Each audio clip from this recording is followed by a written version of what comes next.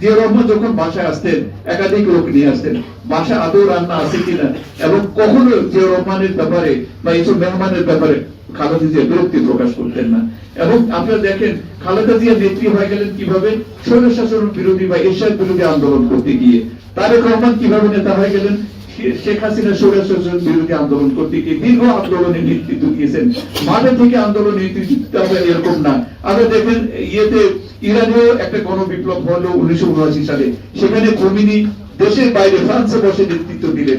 সেই নেতৃত্ব অডিও ভিডিওর মাধ্যমে যে দেশকে যেভাবে নির্দেশ করেছেন, দেশের নেতা কর্মীরা সেভাবে পরিচালিত হয়েছে। 100 জন লোক নিয়ে উনি তার ইরানে প্রবেশ করেন। রয়টারের সাংবাদিক তাকে জিজ্ঞেস করতেছিল আপনার কি মনে হচ্ছে, খোমেনিকে জিজ্ঞেস করি, ইমাম খোমেনি, উনি বলছিলেন কিছুই মনে হচ্ছে না, মনে হয় যেন আল্লাহর সাথে তিনি যোগাযোগ করে ইরানের মাটিতে অবতরণ করতেছেন, কি হবে তিনি জানেন। এবং বলছেন তার নেতা কর্মীদেরকে সেনাবাহিনী তোমাদেরকে আঘাত করবে কিন্তু প্রতিঘাত করবে না। ঠিক একইভাবে তারেক রহমান একইভাবে নেতৃত্ব দিলেন আমাদের মাঝে। তিনি বললেন যে দেশ যাবে কোন পথে, ফয়সালা হবে রাজপথে। ফয়সালা কিন্তু নির্দেশনা তিনিই দিলেন, এবং এই যে নির্দেশনা দেশের মানুষ শেষ পর্যন্ত মেনে নিল। আবহাওয়ার জনতা, গ্রামের কিশোর শাসক, কৃষক, চাষি থেকে শুরু করে শ্রমিক, এভরিওয়ান।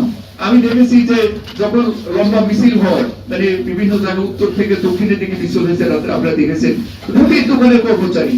আমি দেখেছি, আমি এই একটা অংশগ্রহণ করলাম আমরা টেলিভিশনের ওখান থেকে, রুটির দোকানের কর্মচারী। আমি আমার বন্ধু একজন অ্যাডভোকেট ছিলেন, আমি বললাম যে এই ছেলেটাকে একটু ফলো করেন, সে একজন কারখানার শ্রমিক ছাড়া আর কিছুই নয়, তার বয়স 18 থেকে 20 হবে, হাফ প্যান্ট পরে বের হয়ে আছে। আমি তাকে ডেকে জিজ্ঞেস করলাম তুমি কি করো, আমি রুটির দোকানে কাজ করি। তো তুমি যে আসছো তোমার মালিক প্রবলেম করবে না? সে বলছে যে আমি মালিককে বলেছি যে আজ আগামীকাল আমাকে ছুটি দিতে হবে, প্রয়োজনে 3 দিন বেশি কাজ করবো, 5 দিন বেশি কাজ করবো, কিন্তু আমি মিছিলে যাবই। এই যে সাধারণ মানুষকে নিয়ে আসা, সাধারণ মানুষ অংশগ্রহণ করা, এর মধ্য দিয়েই কিন্তু দেশে পরিবর্তন এসেছে। এরকম এই যে আজকের সংহতি এবং বিপ্লব, এরকম ধারাবাহিক ভাবে এই যে ঝড় আসতে হয়,